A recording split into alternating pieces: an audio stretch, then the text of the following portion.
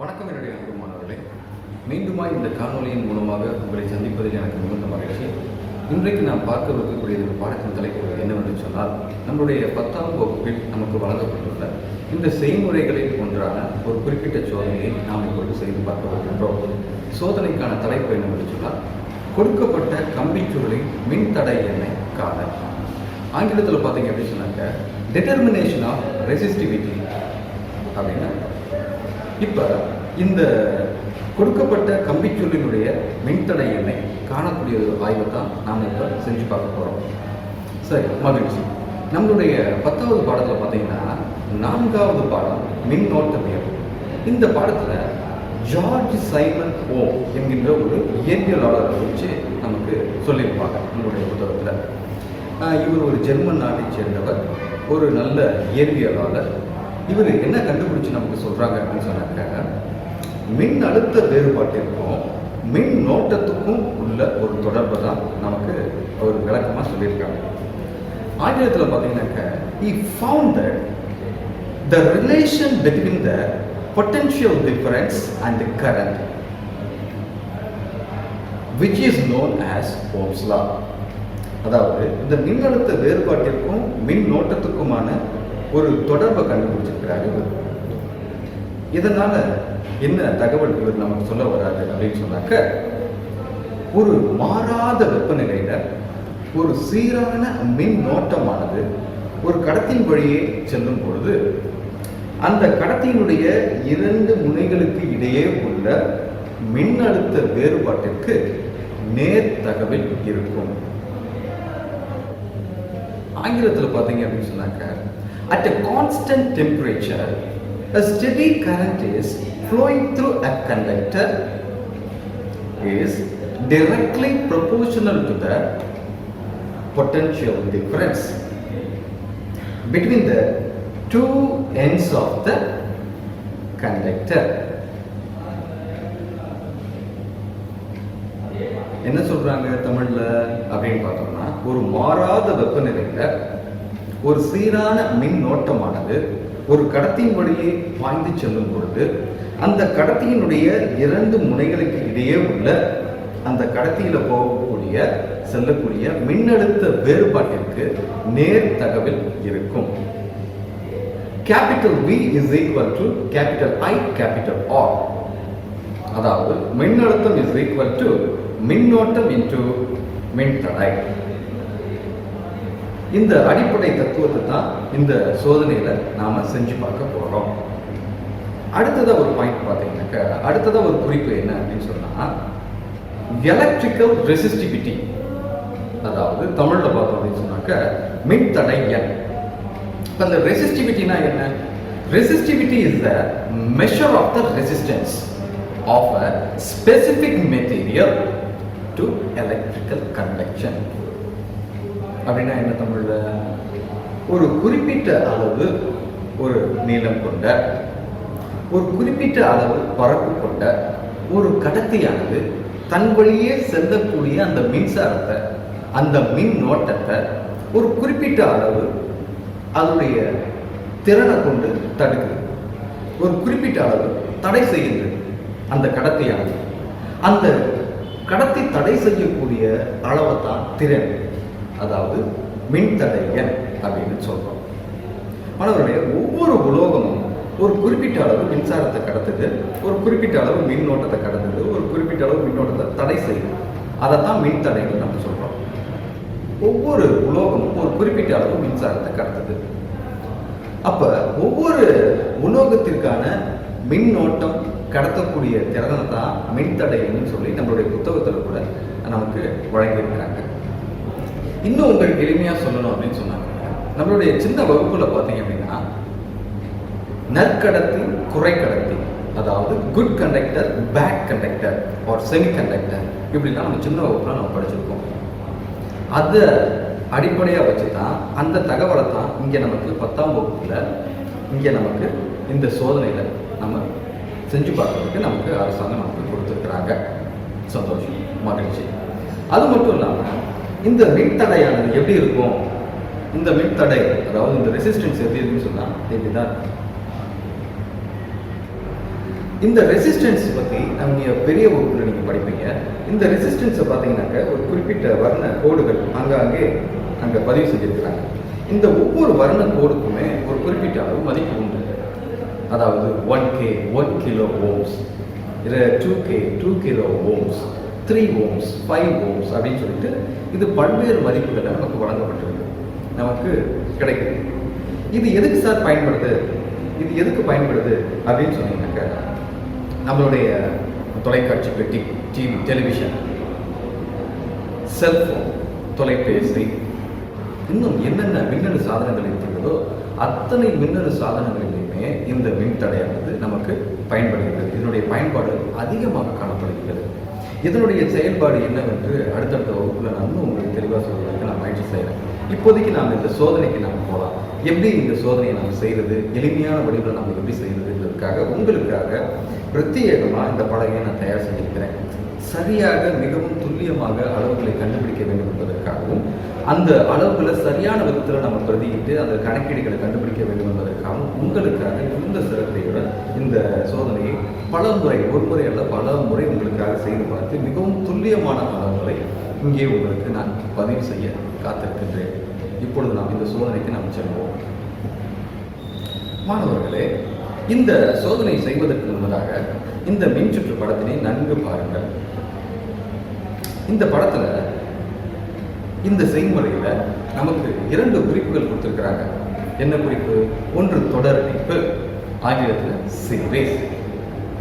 மற்றொன்று பக்க இணைப்பு, ஆங்கிலத்தில் பேரலல் அப்படின்னு நம்ம 2 குறிப்பு நமக்கு கொடுத்திருக்கிறாங்க. அப்ப இந்த தொடர் இணைப்பு, பக்க இணைப்பு எப்படி செய்வது என்பதை அடுத்தடுத்த காணொலியில் நான் உங்களுக்கு காண்பிப்பதற்கு நான் முயற்சி செய்கிறேன். அதாவது அதற்கான ஒரு சின்ன ஒரு ஒர்க்கிங் மாடல், ஒரு செயல்முறை வடிவமானது நான் உங்களுக்காக செஞ்சு வச்சிருக்கிறேன். அடுத்த காணொலியில் நான் அதை உங்களுக்கு காண்பிப்பதற்கு முயற்சி செய்கிறேன். இப்போ இந்த மின்சுற்றை பொறுத்த மட்டும் 2 இணைப்பு செய்ய வேண்டும். ஒன்று தொடர் இணைப்பு, இன்னொன்று பக்க இணைப்பு. இந்த தொடர் இணைப்பு எப்படி செய்வது என்பதை இப்பொழுது நாம் பொறுமையாக பார்ப்போம். மாணவர்களே, இந்த சோதனையை செய்வதற்கு தேவையான கருவிகள் என்னென்ன என்பதை குறித்து நாம் இப்பொழுது பார்ப்போம். மின்தடை மாற்றி, சாவி, மின்கலம், அம்மீட்டர், வோல்ட்மீட்டர், மின்தடை காண வேண்டிய கம்பிச்சுருள் இணைக்கப்பட்டுள்ள இந்த பலகை, 1 மீட்டர் அளவுகோல், அதாவது 100 சென்டிமீட்டர், திருகு அளவி,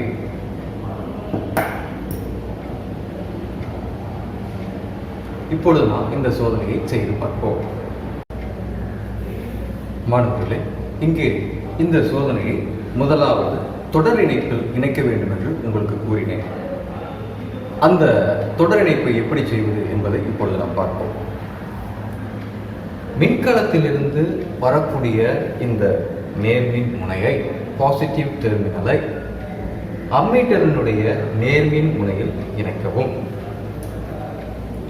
அம்மீட்டரின் எதிர்மின் முனையிலிருந்து வரக்கூடிய மற்றொரு முனையை இந்த 1 மீட்டர் 100 சென்டிமீட்டர் அளவு பதிய வைக்கப்பட்டுள்ள, இணைக்கப்பட்டுள்ள இந்த மரப்பலகையின் ஒரு முனையில் இணைக்கவும்.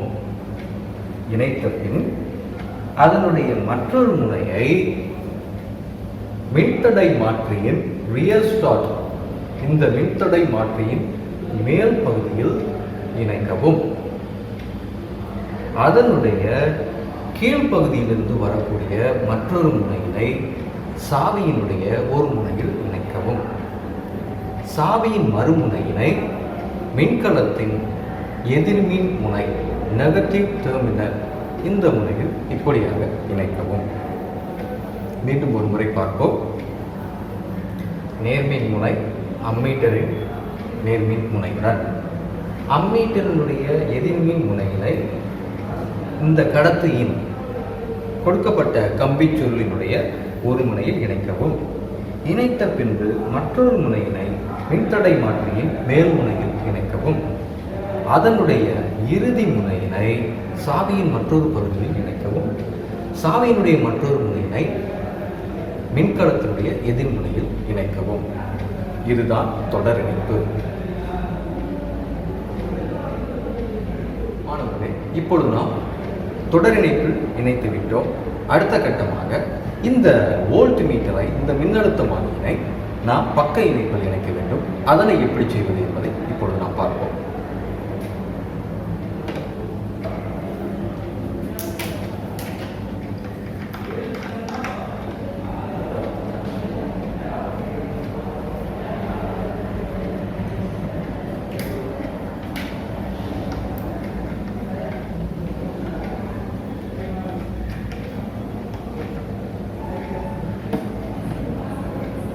மாணவர்களே, இப்பொழுது நாம் இந்த வோல்ட் மீட்டருடைய நேர்மின் முனையிலிருந்தும் பாசிட்டிவ் டெர்மினலிலிருந்தும் நெகட்டிவ் டெர்மினலிலிருந்தும் 2 இணைப்புகளை இப்படியாக இணைத்திருக்கின்றேன். இணைத்த பிறகு இப்படி வைத்துக் கொள்ளுங்கள். இந்த மின்னழுத்தமானி, இந்த வோல்ட் மீட்டரிலிருந்து வரக்கூடிய இந்த நேர்மின் முனையினை கவனமாக பார்க்கும் மாணவர்களே, அம்மீட்டரினுடைய எதிர்மின் முனை இணைக்கப்பட்டுள்ள இந்த பகுதியில் நாம் இணைக்க வேண்டும்.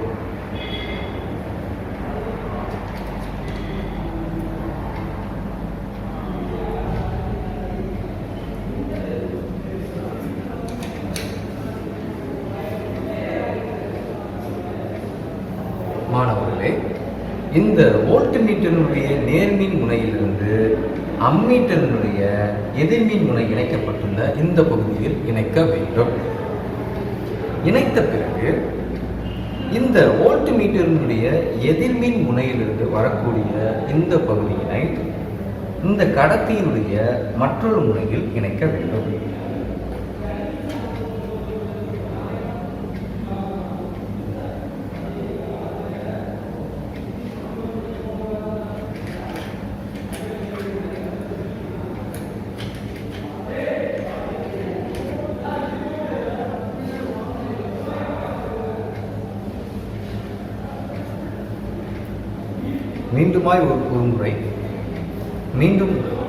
மீண்டுமாய் ஒரு முறை மாணவர்களே உங்களுக்கு கூறுகின்றேன்.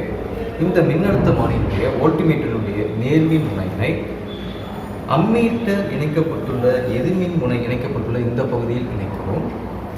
வோல்ட்மீட்டரினுடைய எதிர்மின் முனையினை இந்த கடத்தியினுடைய மற்றொரு முனையில் இணைக்கவும். இதுதான் பக்க இணைப்பு.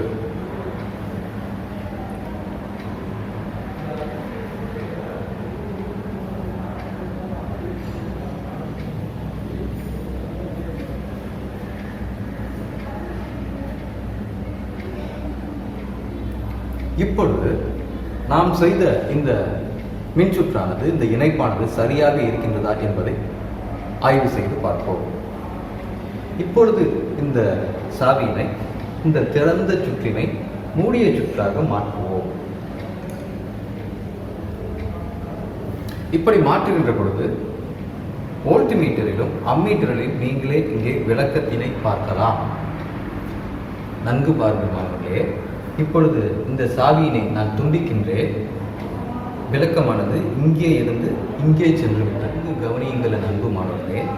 இப்பொழுது இந்த சாவியினை நான் மூடுகின்ற பொழுது இந்த வோல்ட் மீட்டரில் விளக்கம் காண்பிக்கப்படும். நன்கு கவனியுங்கள். அதே நேரத்தில் இந்த அம்மீட்டரிலும் விளக்கம் தென்படும். பார்த்தீங்களா? நன்கு கவனியுங்கள் அன்பு மாணவர்களே. இப்பொழுது இந்த சாவியினை நான் மூடுகின்ற பொழுது அதே நேரத்தில் இந்த அம்மீட்டரிலும் விளக்கம் தென்படும்.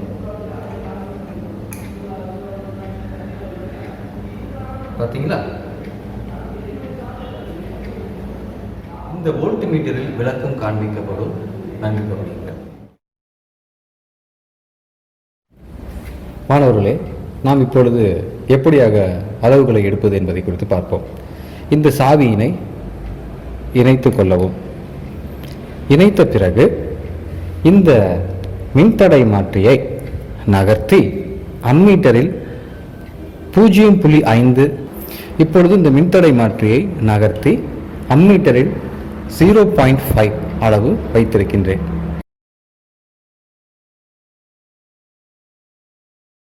இப்பொழுது இந்த மின்தடை மாற்றியை நகர்த்தி அம்மீட்டரில் 0.5 அளவு வைத்திருக்கின்றேன். இப்பொழுது இந்த மின்னழுத்தமானியில் எவ்வளவு அளவு காண்பிக்கின்றது என்பதை இந்த அட்டவணையில் குறித்துள்ளேன். 0.5 ஆம்பியர் இங்கே வைக்கும் பொழுது 2 வோல்ட் அளவானது இங்கே நமக்கு கிடைத்திருக்கின்றது.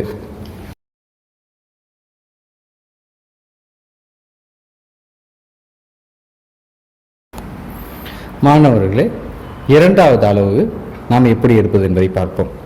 மீண்டுமாய் முன்பு செய்ததைப் போல இந்த சாவியினை இணைத்த பிறகு மின்தடை மாற்றியை நகர்த்தி 0.6 அளவு அம்மீட்டர் இங்கே வைத்துள்ளேன். இப்பொழுது மின்னழுத்தமானி காண்பிக்கக்கூடிய அளவினை இங்கே குறித்துள்ளேன். முதலாவது நமக்கு கிடைத்தது 0.5 என்கின்ற ஆம்பியருக்கு 2 வோல்ட் இங்கே நமக்கு கிடைத்தது. இப்பொழுது 0.6 என்கின்ற ஆம்பியர் அளவிற்கு 2.4 அளவு இங்கே நமக்கு மின்னழுத்தமானது கிடைத்துள்ளது.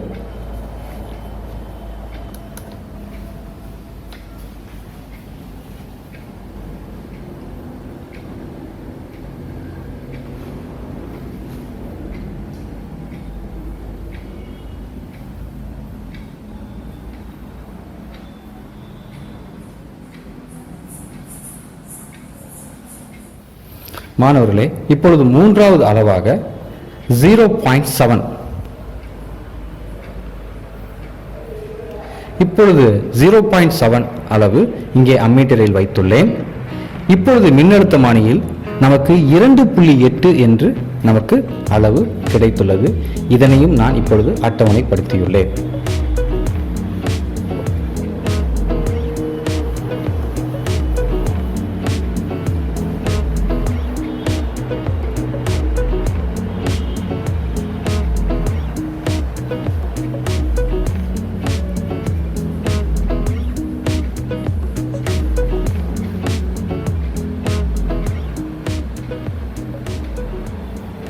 நமக்கு கிடைத்த இந்த அளவுகளை அட்டவணையில் நாம் குறித்துள்ளோம். இப்பொழுது இந்த அட்டவணையில் குறிக்கப்பட்ட அளவுகளை நாம் இப்பொழுது கணக்கீடாக பார்க்க வருகின்றோம். எப்படியாக செய்வது? R is equal to V by I. அப்பொழுது முதலாவது நமக்கு என்ன கிடைத்திருக்கிறது? V 2 volt, capital I 0.5. இப்போ நாம இதில் பிரதியிடுவோம் 0.5.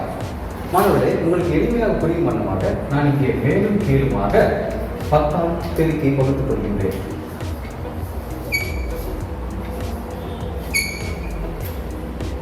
ஒரு ஸ்தானம் தள்ளி நான் புள்ளிட்டு 17 எடுத்துக் கொள்கின்றேன். 4×5 4×5 20.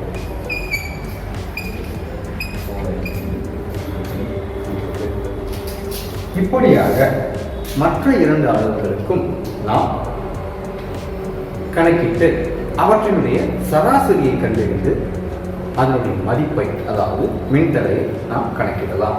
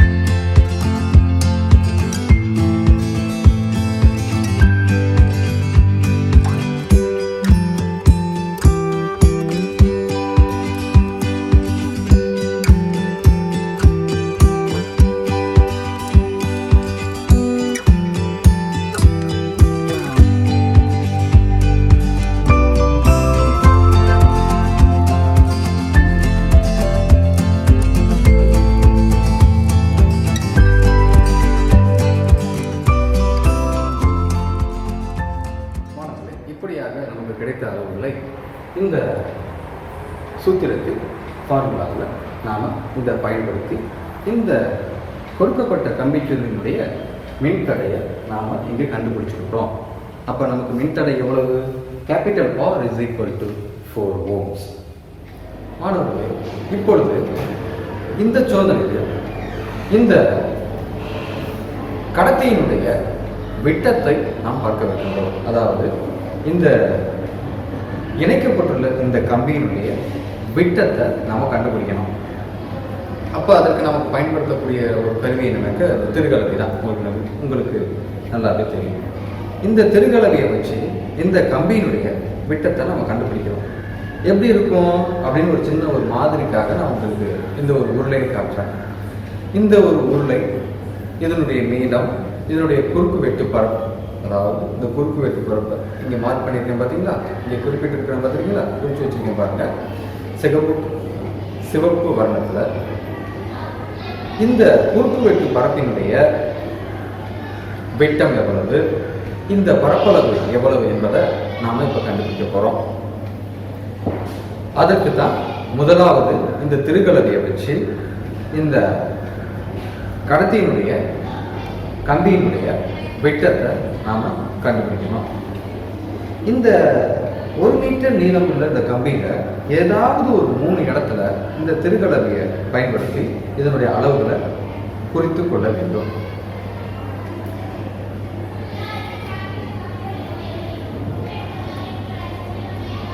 சரி மாணவர்களே, இங்கே பார்த்தீங்க அப்படின்னு சொன்னாக்க இந்த சோதனை செய்வதற்கு திருகலவியை குறித்து உங்களுடைய ஆசிரியர்கள் உங்களுக்கு விளக்கமாக உங்களுடைய வகுப்புல நிறைய தகவல்கள் உங்களுக்கு சொல்லியிருப்பாங்க.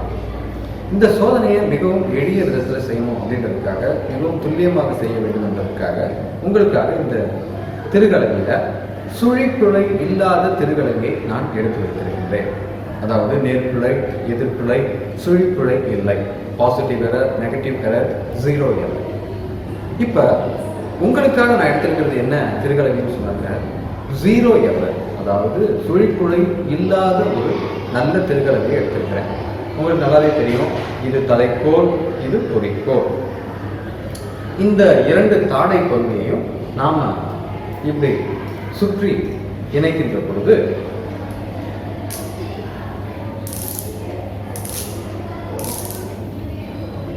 இப்ப எனக்கு இங்க என்ன அளவு கிடைக்குது அப்படின்றத உங்களுக்கு இந்த திரையில காண்பிக்கிறேன்.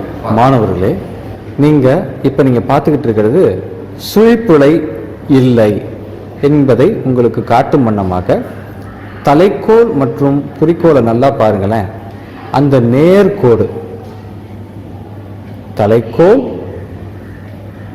குறிக்கோள், இதை இணைக்கிற அந்த நேர்கோடு பாருங்க, அழகா இருக்கு, தெளிவா தெரியுது பாருங்களேன். தலைக்கோல், குறிக்கோள், இதை இணைக்கக்கூடிய இந்த நேர்கோடு இந்த திருகலவியானது சுழிப்புழை இல்லை என்பதை நமக்கு இங்கே தெரிவிக்கின்றது. இந்த குறிக்கோள்ல இருக்கக்கூடிய இந்த 0வும் தலைக்கோள்ல இருக்கக்கூடிய இந்த 0, இந்த 2 கோடுகளும் நேரா ஒன்னா இருக்கு. நல்லா பாருங்களேன். அப்ப இந்த திருகலவில எந்த ஒரு பிழையுமே இல்லை. இதற்கு அப்புறமா இந்த திருகலவினுடைய மீச்சிற்ற அளவு என்ன? 0.01 மில்லிமீட்டர். அதை எப்படி கண்டுபிடிக்கிறதுன்றத உங்களுடைய ஆசிரியர்கள் உங்களுக்கு சொல்லிக் கொடுத்துருப்பாங்க. இருந்தாலும் அடுத்த காணொலியில இந்த திருகலவில நாம எப்படி அளவெடுக்கிறது அப்படின்றத இன்னும் விளக்கமா பார்ப்பதற்கு முயற்சி செய்யலாம். குறியீடை தூரம் நம்ம கண்டுபிடிக்கணும், அப்புறம் தலைக்கோள் சுற்றுகளின் எண்ணிக்கை எப்படி, இதை வைத்து நாம் அந்த மீச்சிற்ற அளவு கண்டுபிடிப்போம். உங்களுடைய ஆசிரியர்கள் உங்களுக்கு தெளிவான விதத்தில் நிச்சயமாக உங்களுக்கு கற்றுக் கொடுத்திருப்பார்கள். இப்போ இந்த திருகலவினுடைய மீச்சிற்ற அளவு 0.01 மில்லிமீட்டர். இதை வச்சுக்கிட்டு நாம இப்போ இந்த கடத்தியினுடைய ஏதாவது ஒரு 3 பகுதியில் வைத்து நாம இப்போ அளவுகளை குறித்து கொள்ள போகிறோம். என்னென்ன அளவு? ஒன்று குறிக்கோள் அளவு, அடுத்த கட்டமாக தலைக்கோள் ஒன்றிப்பு. இந்த 2 அளவுகளையும் எடுத்து தலைக்கோள் ஒன்றிப்பு இன்டு மீச்சிற்ற அளவு பெருக்கி மொத்த அளவு குறிக்கோள் அளவு ப்ளஸ் தலைக்கோள் ஒன்றிப்பு இன்ட்டு மீச்சிற்றளவு. இப்போ நம்ம 3 அளவு எடுக்க போகிறோம். வாங்க பார்க்கலாம்.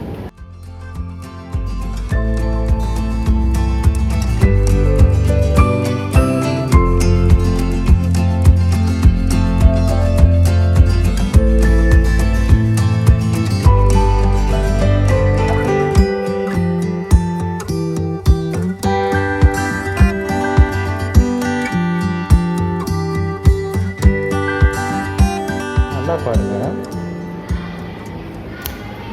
தலைக்கோள் அளவு 50, அதாவது தலைக்கோள் ஒன்றிப்பு 50. இந்த விளிம்புக்கு நேரா பாருங்க. இப்ப குறிக்கோள் இந்த விளிம்பு பாருங்க 0 அப்படின்னு காமிக்குது.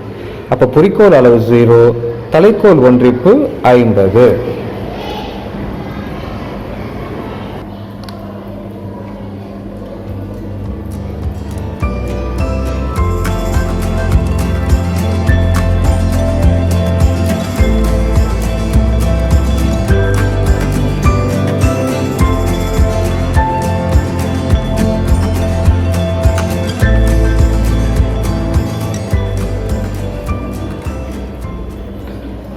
மாணவர்கள் இங்கே பாருங்க, குறிக்கோள் அளவு 0, இந்த விளிம்புக்கு இந்த பகுதியில் 0 குறிக்கோள் அளவு, தலைக்கோள் அளவு 51. இந்த கோடு நேராக இருக்கு பாருங்க. அளவு மாணவர்களே, இது தலைக்கோள் அளவு, இது குறிக்கோள் அளவு. இந்த விளிம்பை பாருங்க, இந்த விளிம்புக்கு நேராக 0ன்றதுக்கு நேராக இந்த விளிம்பு இருக்குது. அப்போ நமக்கு குறிக்கோள் அளவு 0, தலைக்கோள் ஒன்றிப்புன்றது 51. பாருங்க, 50 51வது கோடு மிகவும் சரியா பொருந்தது பாருங்க. நல்லா தெளிவா பாருங்க.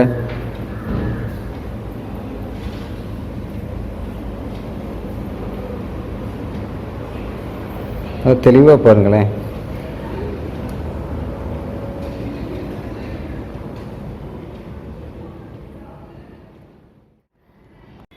மாணவர்களே, இப்படி கண்டுபிடித்த இந்த அளவுகளை நாம இந்த அட்டவணையை பதிவிட்டு நமக்கு திருகலனினுடைய மீச்சிற்றளவு நமக்கு நன்றாகவே தெரியும். என்னது? 0.01 மில்லிமீட்டர். அப்ப நம்ம இந்த சூத்திரத்தின்படி நாம் இந்த அட்டவணையை பிரதியிட்டோம்னு சொன்னாங்க.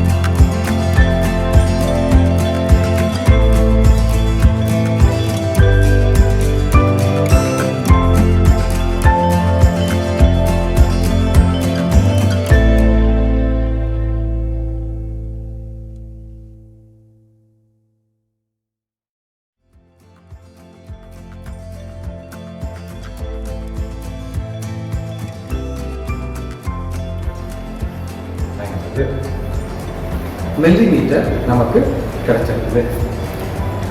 0.50 மில்லிமீட்டர் நமக்கு கிடைச்சிருக்குது. அப்போ நமக்கு மொத்தம் 3 அளவுகள் கிடைச்சிருக்கு. இப்போ இதனுடைய சராசரியை நம்ம பார்க்க போறோம்.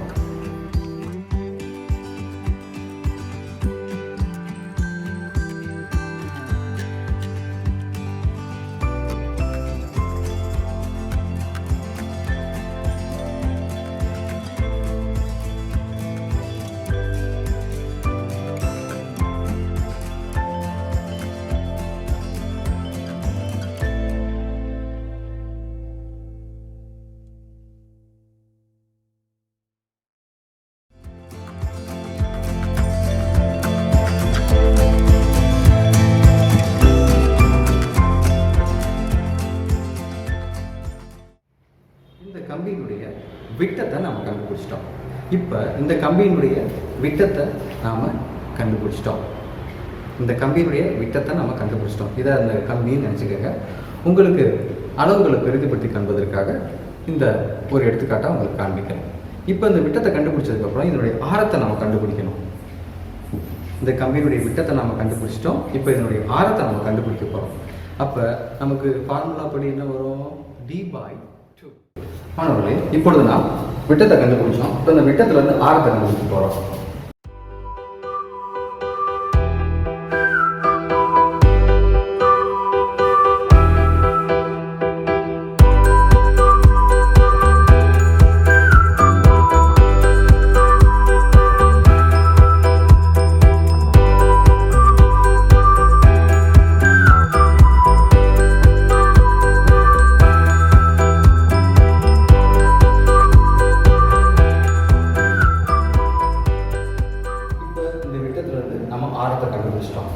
இப்போ நம்ம அடுத்து என்ன பண்ண போறோம்னு சொன்னாக்க, இந்த குறுக்கு வெட்டு பரப்பை நாம கண்டுபிடிக்க போறோம். அதாவது வட்டத்தின் பரப்பளவு πr² என்பது உங்களுக்கு நன்கு தெரியும்.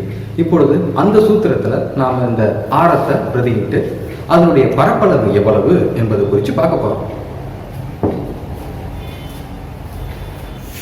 மாணவர்களே, இப்பொழுது நாம் என்ன செய்ய போறோம்னாக்க, இந்த மில்லி மீட்டரை நான் மீட்டரா மாற்றிக்கொள்ள போகிறேன். அப்ப நம்ம என்ன செய்யணும்? இந்த மில்லி மீட்டர்ல இருந்து மீட்டரா மாற்றணும்னா 1000ஆல வகுத்து கொள்ள வேண்டும். ஏன் சார் நீங்க வகுக்கிறீங்க, ஏன் இந்த வகுத்தல ஈடுபடுறீங்க அப்படின்னு கேட்டீங்கன்னாக்க, நமக்கு துல்லியமான அளவுகளை எளிமையான வடிவத்தில் பார்க்க வேண்டும் என்பதற்காகத்தான் நான் இங்க என்ன செய்யறேன்? 1000ஆல வகுக்கின்றேன். இந்த 1000த்தை நாம இந்த வடிவத்திலையும் எழுதலாம். அப்ப கீழே இருக்கக்கூடிய 10⁻³ மேல வரும்போது என்னவாகும்? 10⁻³ மீட்டர். இப்ப நாம இந்த மில்லி மீட்டரை மீட்டரா மாத்திட்டோம். அடுத்து என்ன செய்ய போறோம் அப்படின்னு சொன்னாக்க, இந்த கண்டுபிடித்த விட்டத்திலிருந்து ஆரம் கண்டுபிடிச்சிருக்கோம். அந்த மில்லி மீட்டரை நாம மீட்டரா மாத்திருக்கோம். என்ன பண்ணிருக்கோம்? மில்லி மீட்டரை மீட்டரா மாத்தணும்னா 1000ஆல வகுக்கணும். அப்ப அந்த 1000த்தை 1 × 10⁻³ நான் எழுதியிருக்கிறேன். கீழே இருந்து மேல வரும்பொழுது அந்த பிளஸ் ஆனது இங்கே மைனஸா மாறி இருக்கு. இப்ப நாம பரப்பளவு பார்க்க போறோம். இப்ப நாம இந்த வட்டத்தின் பரப்பளவு, இந்த குறுக்கு வெட்டின் பரப்பு, இந்த குறுக்கு வெட்டு பரப்பினுடைய பரப்பளவை பார்க்க போறோம். மாணவர்களே, இப்பொழுது நாம் இந்த வட்டத்தினுடைய பரப்பளவை நாம் பார்க்க போகின்றோம். A = πr². வட்டத்தின் பரப்பளவு என்பது உங்களுக்கு நன்கு தெரியும். π 3.14. r என்ன நம்ம இங்கே பிரதிட்டு இருக்கிறோம்?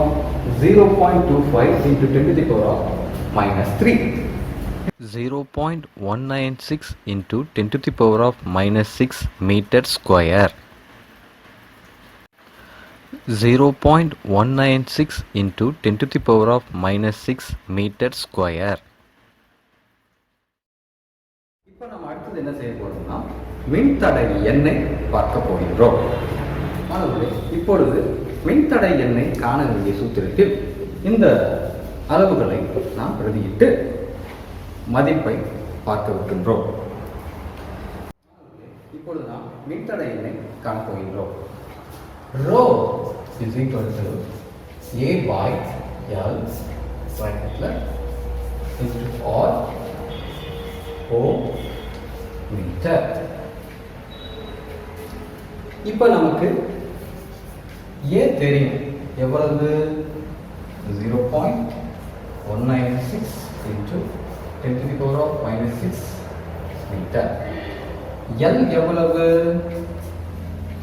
இங்கு 1 மீட்டர் அளவு கொண்ட இந்த அளவுகோலினை இங்கே வைத்துள்ளேன். இந்த முனையில பாருங்க 1 சென்டிமீட்டர் தெரியுதா? இங்கிருந்து அப்படியே பார்த்துக்கிட்டே வாங்களேன். இந்த முனையினுடைய இறுதி பகுதியில் பாருங்க 100 சென்டிமீட்டர் 100 சென்டிமீட்டர் 100 சென்டிமீட்டர். அப்ப 100 centimetre is equal to 1 metre. அப்ப மாணவர்களே, இப்பொழுது நீங்களே பார்த்தீர்கள் இந்த கம்பிச்சொல்லினுடைய அளவு 1 metre is equal to 100 centimetre. இந்த R நமக்கு எவ்வளவு கிடைத்தது? 4 ohms. இப்போ நாம் அதை பிரதியிடுவோம்.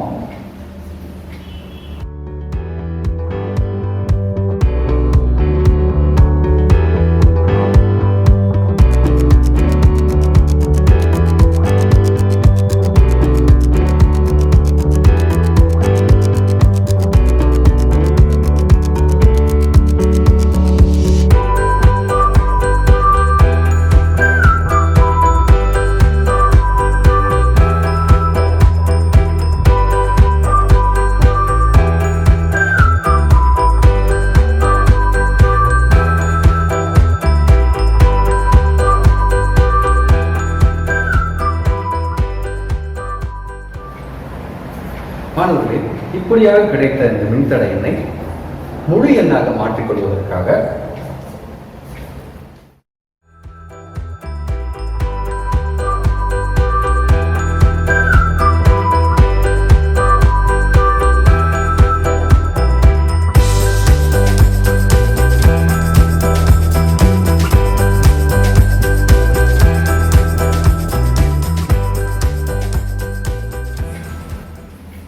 இப்படியாக நாம் இந்த தசம எண்களை முழு எண்ணாக மாற்றிக்கொள்வதற்காக முழு எண்களாக மாற்றிக்கொள்வதற்காக நான் இங்கே 10⁻⁻6 என்பதை 10⁻⁻7 என்பதாக மாற்றி இருக்கின்றேன். ஒரு தசமஸ்தானம் புள்ளியிட்டு இதனுடைய அலகு ஓம் மீட்டர்.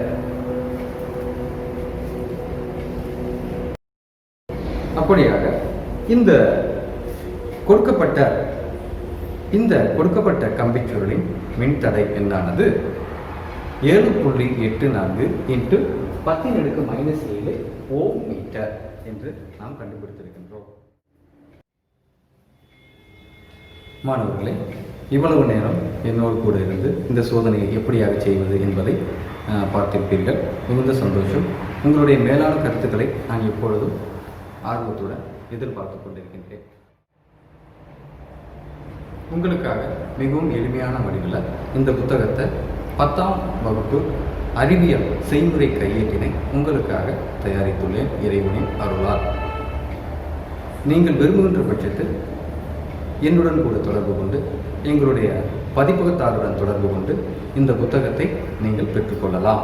உங்களுடைய மேலான கருத்துக்களையும் ஆலோசனைகளையும் வரவேற்கின்றேன். இந்த புத்தகத்தை வெளியிடுவதற்கு பல விதங்களில் நம்மளுடைய அறிவியல் ஆசிரியர்கள் உதவி கொண்டிருக்கின்றார்கள். குறிப்பாக பெரம்பலூர் மாவட்டத்தைச் சேர்ந்த உதயா என்கின்ற அரசு பள்ளியில் பணியாற்றி கொண்டிருக்கின்ற திரு ராமலிங்கம் அவர்கள் நிறைய ஆலோசனைகளை எனக்கு கொடுத்து கொண்டிருக்கின்றார். அதற்கு நான் அவருக்கு நன்றி கூறுகின்றேன். அதோடு மட்டுமல்லாமல் திருச்சியில் உள்ள சென்ட் ஜோசப்ஸ் காலேஜ் தூய வளனார் கல்லூரி கலைமணிகளில் பணியாற்றி கொண்டிருக்கின்ற பள்ளியில் தூய வளனார் பள்ளியில் பணியாற்றி கொண்டிருக்கின்ற திரு ஜான்சன் அவர்களுக்கும் பாலக்குறிச்சி பள்ளியில் பணியாற்றி கொண்டிருக்கின்ற திரு லிபின் அவர்களுக்கும் இந்த வேலையில் நான் நன்றியை கூறிக்கொள்கின்றேன். இந்த சோதனையை இவ்வளவு நேரம் எனக்காக படம் எடுத்து கொண்டிருந்த அபிஷேகம் அவர்களையும் பிரகாசம் அவர்களையும் மனதார நன்றியோடு நினைத்து பார்க்கின்றேன். மிகுந்த சந்தோஷம். இவ்வளவு நேரம் இந்த சோதனையை நேர்த்தியான வடிவில் மிகவும் துல்லியமாக அளவீடுகளை எடுப்பதற்கு நமக்கு உதவி செய்த இறைவனுக்கு நான் நன்றி கூறுகின்றேன் மனதார. மேலும் உங்களுடைய கருத்துக்களை நான் மிகவும் ஆர்வமுடன் வரவேற்கின்றேன். இறைவனுக்கு முதலாவதாக நான் நன்றி கூறிக்கொள்ள விரும்புகின்றேன். மீண்டும் அடுத்த காணொளியில் உங்களை சந்திக்கின்றேன். அதுவரை உங்களிடமிருந்து விடைபெறுவது உங்கள் நண்பன்